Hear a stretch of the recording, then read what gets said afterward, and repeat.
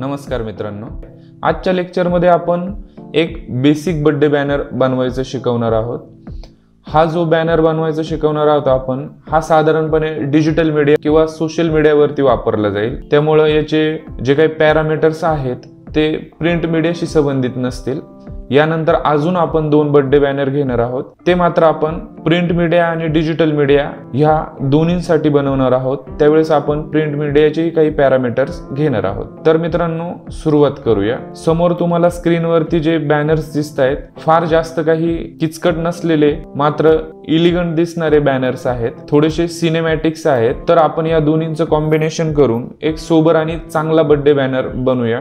तर बॅनर बनवताना एक गोष्ट सगळ्यात पहिल्यांदा लक्षात घ्यायची आहे की तुम्ही जो बॅनर बनवणार आहात तो सोशल मीडियावरती सगळ्या प्लॅटफॉर्मवरती, म्हणजे ट्विटर असेल, फेसबुक असेल, इंस्टाग्राम असेल किंवा इतर कुठले प्लॅटफॉर्म असतील, या ठिकाणी व्यवस्थित दिसण्यासाठी तो बॅनर तुमचा स्क्वेअर मध्ये असणं गरजेचं आहे, जेणेकरून तो सगळ्या प्लॅटफॉर्मवरती एकदम व्यवस्थित दिसेल। बाकी आणखी तुम्ही वेगवेगळ्या पॅरामीटर मध्ये घेऊ शकता, पण स्क्वेअरचा बॅनर कुठेही कट वगैरे न होता व्यवस्थित दिसतो।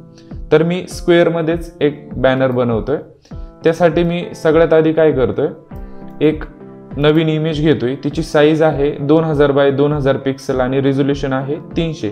तर ही इमेज साईज मी घेतली।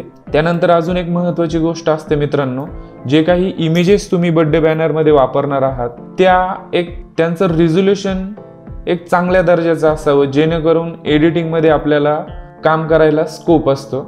ओके, त्यानंतर वेगवेगळे ऑब्जेक्ट्स तुमच्याकडे जर असतील तर तुम्हाला जास्तीत जास्त दर्जेदार आणि आकर्षक बॅनर बनवता येतो। आता आपण आपल्या बॅनरला सुरुवात करूया। ह्या साईजची इमेज घेतल्यानंतर आपल्याला मॅनिप्युलेशनसाठी काही इमेजेसची गरज आहे।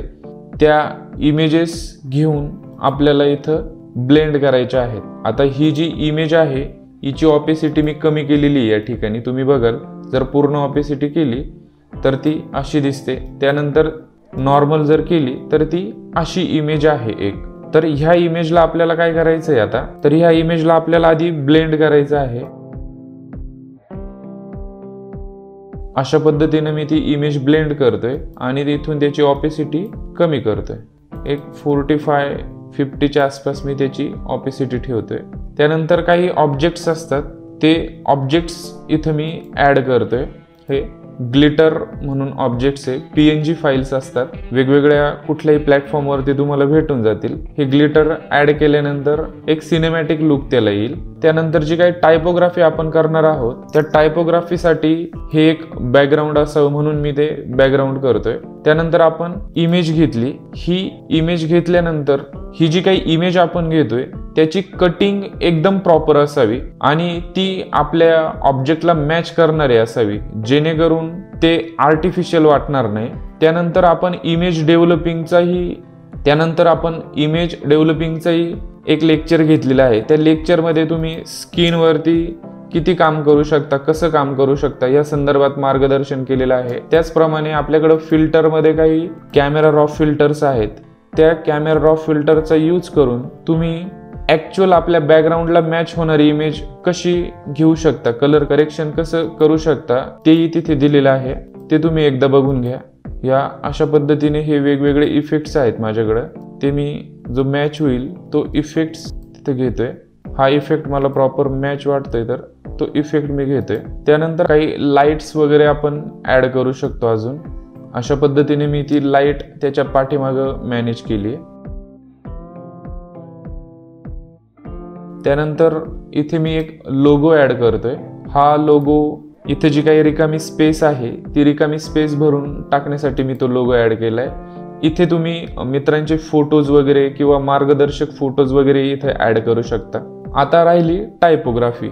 तर ही टायपोग्राफी आपण इथे टाइप केली, वेगवेगळे फॉन्ट्स वापरून तुम्ही ही टायपोग्राफी करू शकता। त्या टायपोग्राफीलाच, टायटललाच तुम्ही वेगवेगळे इफेक्ट देऊ शकता। तुम्ही बघाल इथे colour overlay, drop shadow, bevel हे इफेक्ट दिले। हा इफेक्ट काढल्यानंतर ती 3D दिसत नाहीये, तर हा बिवेल इफेक्टने एक पॉपअप होते इमेज। अशा पद्धतीने तुम्ही याला वेगवेगळे इफेक्ट देऊ शकता। आणि एक PNG फाइल्स मी इथं वापरतोय। तर ही PNG फाइल्स काय, वाढदिवसाच्या हार्दिक शुभेच्छा, ही इकडे एक टायपोग्राफी असलेली इमेज आहे वाढदिवसाच्या हार्दिक शुभेच्छा, तो फॉन्ट माझ्याकडे इन्स्टॉल नाहीये. तर तो फॉन्ट जर तुमच्याकडे इन्स्टॉल नसेल तर तुम्ही डायरेक्टली राईट क्लिक करून त्याला स्मार्ट ऑब्जेक्ट करू शकता. आता इथं ऑलरेडी मी स्मार्ट ऑब्जेक्ट केलेले आहे आणि त्याला तुम्ही वेगवेगळे कलर, ओव्हरले, ड्रॉप शॅडो हे इफेक्टही देऊ शकता. तर अगदी सहजपणे तुम्ही हा बॅनर बनवलाय. यात कुठेही फारसं टेक्निकल काम करायची गरज नाहीये. इथे तुम्ही शुभेच्छुक म्हणून हे टाकू शकता, कलर ओव्हरले करू शकता. मी इथे व्हाईट कलर करतोय, ओके करतोय. आता इथे जे येलो कलरचं दिसतंय याचा अर्थ असा की हा फॉन्ट तुमच्या सिस्टीम वरती मिसिंग आहे. हा फॉन्ट एकतर तुमच्याकडे इन्स्टॉल पाहिजे किंवा मग तुम्ही याला राईट क्लिक करून रेस्टराइज करू शकता किंवा कन्वर्ट टू स्मार्ट ऑब्जेक्ट करू शकता. कन्वर्ट टू स्मार्ट ऑब्जेक्ट केल्यानंतर तुम्ही त्याला साईजने लहान मोठं करू शकता. मी लहान साईज मध्ये करतोय त्याला. तर अशा पद्धतीने तुम्ही अगदी सहजपणे वाढदिवसाचा एक बेसिक बॅनर बनवू शकता.